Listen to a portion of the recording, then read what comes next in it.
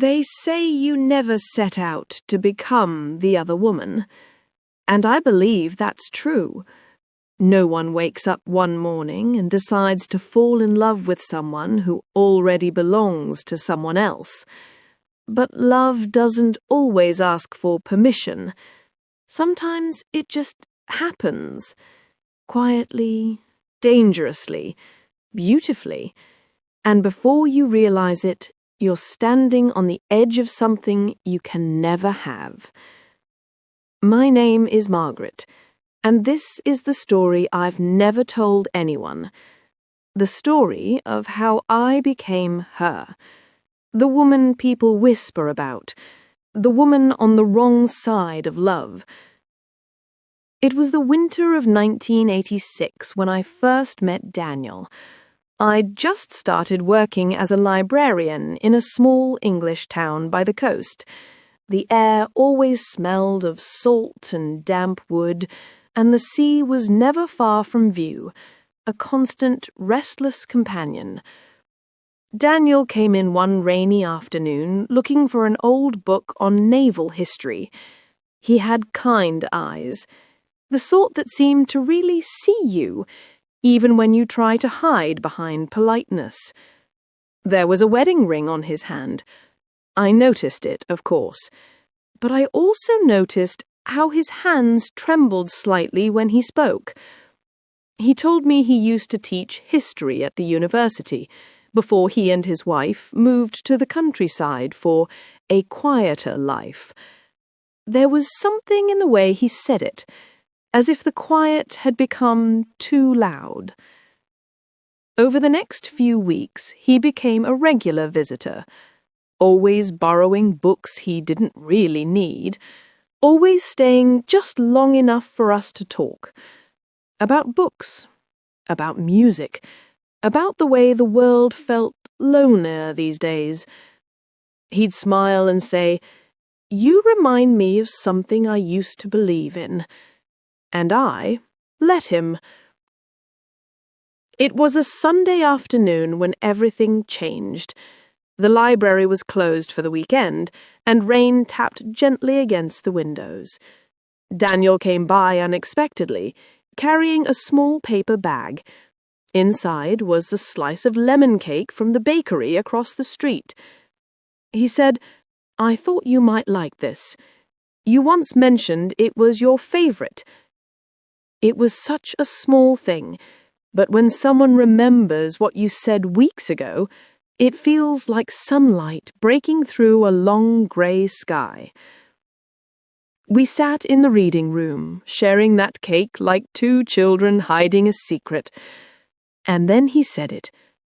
"My wife doesn't talk to me anymore. We live in the same house, but it's like we're strangers." I should have said something sensible, something that would keep both of us safe. But I only whispered, "That sounds lonely." He looked at me for a long time before saying, "It is." That was the moment the line between right and wrong began to blur. It happened weeks later, a cold evening in February. The town was quiet. Frost covered the cobblestones like a thin layer of silver. We were closing up the library together. He had come to help, as he often did. He reached to put a book back on the top shelf, and I steadied the ladder. When he climbed down, our hands brushed. It was the simplest thing, a touch that lasted no more than a heartbeat, but it was enough to make the world tilt. He looked at me, and I looked away. But the silence between us said everything. That night, I couldn't sleep. I sat by the window, watching the street lights shimmer on wet pavement, and I knew I was falling in love with a man who could never be mine. For a while, we tried to stay within the boundaries of friendship. We told ourselves we were only two lonely souls who enjoyed each other's company. But the truth is, Love has a way of finding cracks in our promises. One evening, Daniel came by after work. The library was nearly empty, the sky outside a deep grey before dusk. He said he'd been meaning to tell me something, but his voice trembled. "I think I've started depending on you more than I should," he admitted quietly. And I, foolishly, hopelessly, smiled and said, "Then we're both guilty." For a moment we just stood there, the space between us heavy with everything unspoken. Then he stepped closer, and I didn't move away. It wasn't a kiss of passion, not like in the films. It was soft, uncertain, the kind of kiss that asks for forgiveness even as it happens. When he left that night, he turned back at the door and said, "I shouldn't come here anymore." And I nodded, though my heart whispered, "Please do." But he did come back, again and again. Sometimes we'd walk by the shore after sunset, where the wind carried the smell of the sea and no one knew our names. Sometimes we'd meet in quiet cafes on the edge of town, where he'd sit across from me reading poetry as if the world outside didn't exist. We were careful, always careful. No calls, no letters, just brief moments stolen from the clock. It wasn't a love built on fireworks. It was built on silences, on glances, on the warmth of two hands brushing under a table. And for a while it felt like happiness, a small, secret happiness. But love built on lies always carries a shadow, and ours was growing darker by the day. It started to show. The way he'd pause before answering my questions, the way he'd check the time too often, the way his smile became something heavy, almost tired. One afternoon, as we sat by the harbour, he said softly, "She's starting to ask questions." My heart froze. "Your wife?" He nodded. "She knows something's changed." I stared at the horizon, where the sea met the sky. There was no anger in me, only sadness. Sadness for her. Sadness for me. Sadness for what we had become. "I never wanted to hurt anyone," I whispered. "I know," he said. "Neither did I." We sat in silence after that, the kind of silence that hurts because it tells you what you already know, that something beautiful is about to end. It happened on a Tuesday. Ordinary. Forgettable. The kind of day you wouldn't remember, except I always will. Daniel didn't come to the library that week. No message, no visit, just silence. Days turned into weeks. The tea in my cup got cold each morning as I waited for footsteps that never came. Then one morning, I saw him from across the street. He was with her, his wife. They were walking hand in hand. She looked at him the way I used to, and he looked at her with something like forgiveness in his eyes. He didn't see me, or maybe he did and chose to look away. Either way, I knew. It was over.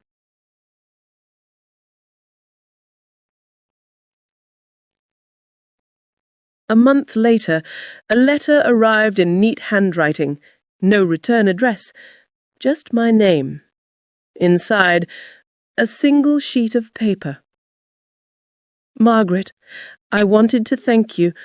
You reminded me that love isn't something you find when you're lost, it's something you build where you stand. I'm trying to rebuild now, to be the man I should have been. Please don't think I've forgotten you. You were a kindness I didn't deserve. D." I read it again and again until the words blurred. There was no anger in his letter, only grace, and somehow that made it hurt even more. After the letter, I stopped expecting anything.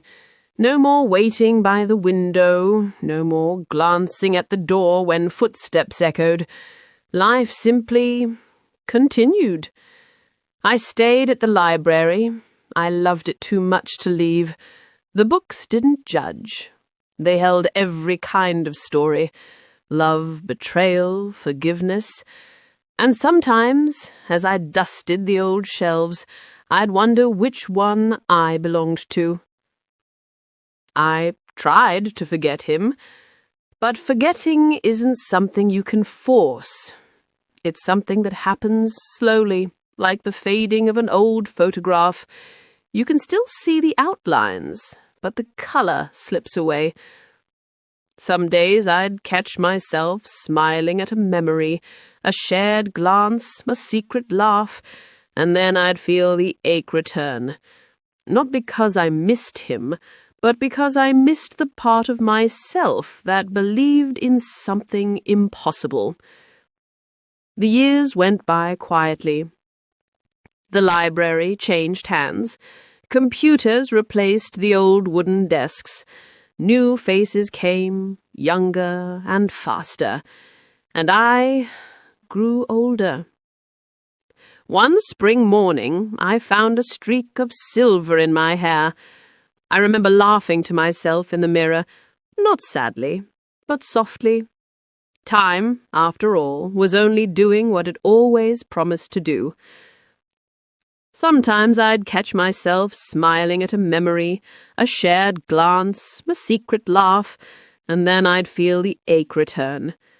Not because I missed him, but because I missed the part of myself that believed in something impossible. It was nearly 10 years later when I saw him again. The library had closed early for renovations, and I was walking home under the dim street lights when I heard someone call my name. "Margaret?" I turned, and there he was. Older, slower, a few lines around his eyes, but unmistakably him. Daniel. We stood in silence, the world spinning quietly around us. He smiled faintly. "I've walked past this street a dozen times, never had the courage to stop." We went to a nearby cafe, the same one where we'd shared stolen hours. The place looked different now, brighter, cleaner, but the air still smelled of roasted coffee and rain. He told me about his life. His wife had fallen ill, but recovered. He'd retired from work. He said he thought of me sometimes, not with longing, but with gratitude. He said, "I wanted to say thank you. You taught me that love, even when it's wrong, can still be real." I smiled, tears stinging my eyes. "And you taught me that real love always lets go." He reached across the table, his hand trembling slightly. I placed mine over his, not as lovers, but as two people who shared something that shaped them both. When he left, I didn't watch him go. I simply sat there, breathing, feeling something close. Not to heartbreak, but peace. Now, years later, I still live in the same little cottage by the sea. I tend my garden. I make tea in the afternoons. Sometimes I visit the cliffs where the gulls circle above the water and the air smells of salt and memory. People talk about mistakes as if they define you, but I think they reveal you. I wasn't proud of what happened, but I wasn't entirely ashamed either. We were two people trying to fill a silence we didn't know how to live with. Love doesn't always arrive in the right shape or at the right time. Sometimes it simply teaches you something, then quietly walks away. If I could speak to the woman I was then, I'd tell her this: You are not evil because you loved. You are human because you felt. And one day, the heart you broke trying to love will heal in ways you never imagined. There are days when I still wake to the sound of the sea and think of him, but not with sadness, with a kind of tender understanding. Because, in the end, we were just two souls passing through each other's stories, and for a moment, in all the chaos of life, we saw each other